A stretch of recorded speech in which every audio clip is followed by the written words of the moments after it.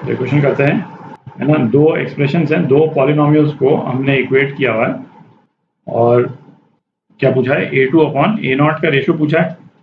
अच्छा, ये अपन पहले भी डिस्कस कर चुके हैं कि किसी भी दो पॉलिनोमियल्स को यदि हम इक्वेट करते हैं, जैसे a0 plus a1x plus a2 x square, ये एक पॉलिनोमियल हो गया, और दूसरा पॉलिनोमियल क्या हो गया, b0 plus b1x plus b2x square plus b3x cube. Suppose ये दोनों पॉलिनोमियल बराबर हैं, तो क्या कंडीशन होल्ड करनी जरूरी है, जो x के जो रिस्पेक्टिव कोएफिशिएंट हैं वो बराबर होने चाहिए।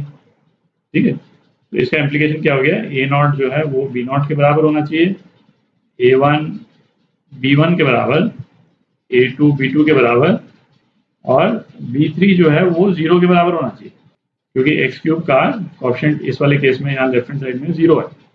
ठीक है, तो इसी प्रिंसिपल को अपन यूज करेंगे यहाँ पे। तो ये लेफ्ट हैंड साइड वाला जो एक्सप्रेशन है, इसको हम क्या लिख लेते हैं, इसको थोड़ा सा रीअरेंज करके लिख लेते हैं, 10 plus x raise to power 50 plus जो ये दूसरा वाला एक्सप्रेशन -1 अपन कॉमन ले लें, है ना, और 10 minus x raise to power 50।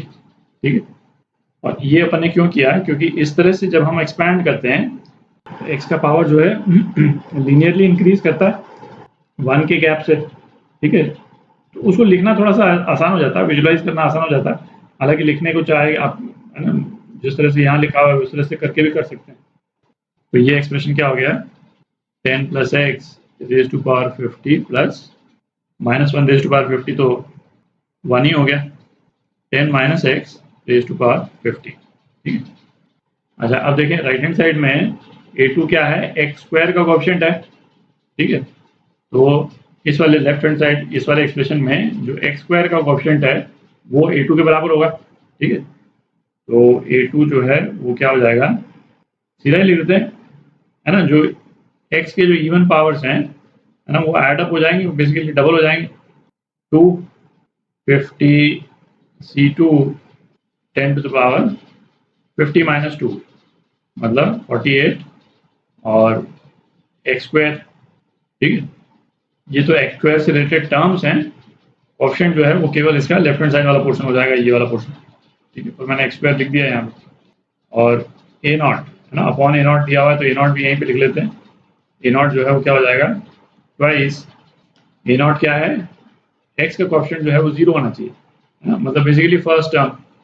तो फर्स्ट टर्म क्या हो गई, 50 c0 10 टू द पावर 50।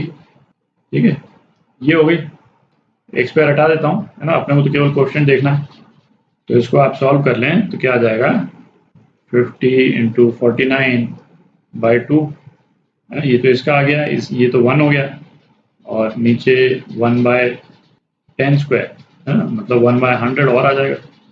तो ये कितना आ गया, 12.25। ठीक है, ये आपका आंसर ए पार्ट। तो ये क्वेश्चन करते हैं, if the fractional part of the number, है ना, ये नंबर दे रखा है, क्या नंबर दे रखा है अपने को, 2 रेज टू पावर 403 अपॉन 15, इसका फ्रैक्शनल पार्ट जो है k बाय 15 है, k की वैल्यू निकालनी है, रिमाइंडर निकालना है बेसिकली अपने को। अच्छा, इस तरह के क्वेश्चन अपन कर चुके हैं, अपन को जब रिमाइंडर निकालना होता था इस तरह के एक्सप्रेशंस का, तो हम क्या करते हैं कि न्यूमरेटर में हम दो तरह के एक्सप्रेशंस को ढूंढते हैं, है ना, क्या, या तो 1 प्लस 15 मतलब डिनोमिनेटर वाला जो नंबर है, या फिर 1 माइनस 15।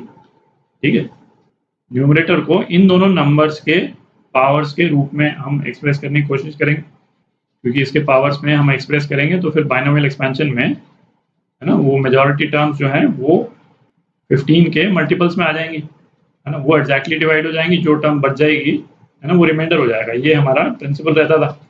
ठीक है, तो 1 प्लस 15 जो क्या है वो 16 है, और 1 माइनस 15 क्या है, -14। ठीक है, तो 16 जो है वो ऑब्वियसली हम न्यूमरेटर में से निकाल सकते हैं। ठीक है, तो 2 टू द पावर 4 जो है वो 16 हो जाता है। ठीक है, तो न्यूमरेटर को 2 टू द पावर 4 के टर्म्स में हमको एक्सप्रेस करना है, तो एक तो क्या करें, 2 क्यूब तो अलग निकाल लें, और बाकी बच गया 2 रेज टू पावर 400। ठीक है, अपॉन 15। अच्छा, ये क्या हो गया, 2 क्यूब तो 8 है, और 2 रेज़ टू पावर 400 को हम लिख सकते हैं 2 raise to power 4 raise to power 100, ठीक है, अपॉन 15। और ये 2 क्यूब हमने अलग से क्यों निकाला है ना, ताकि हम 2 की पावर 4 को एग्जैक्टली इस फॉर्म में एक्सप्रेस कर सकें, ठीक है। अब तो हो गया ही। अब इस वाले एक्सप्रेशन को क्या लिख सकते हैं हम, 8 1 plus 15 raise to power 100 upon 15। तो ये क्या हो गया, 8 100C0 plus 100C1 15 plus 100C2 15 square, है ना। और ये कहाँ तक, 100Cn 15 रेज़ टू पावर 100, ठीक है, अपॉन 15, ठीक। तो अब ये तो ऑब्वियस ही है कि 15 से रिलेटेड जितने टर्म्स हैं वो तो 15 से डिवाइड हो जाएंगे और बच जाएगा केवल ये वाला नंबर, बच जाएगा 100C0, जो कि कितना है 1, ठीक है। तो अपने पास में जो फ्रैक्शनल टर्म हो गई इस एक्सप्रेशन की वो क्या हो गई, 8/15 हो गई, है ना। ये बाकी जितनी टर्म्स हैं तो 15 से डिवाइड हो जाएंगी, तो ये तो इंटीजर बन जाएगा, है ना। फ्रैक्शनल टर्म केवल 8/15 रह गई। तो 8/15 जो है वो k/15 के बराबर है।